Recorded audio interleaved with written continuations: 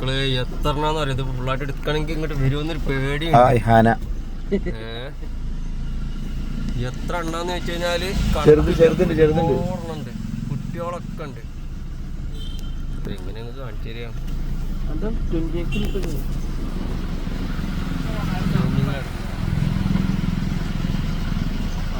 അപ്പുറത്തിലേക്ക് കുട്ടീനെ കാട്ടു.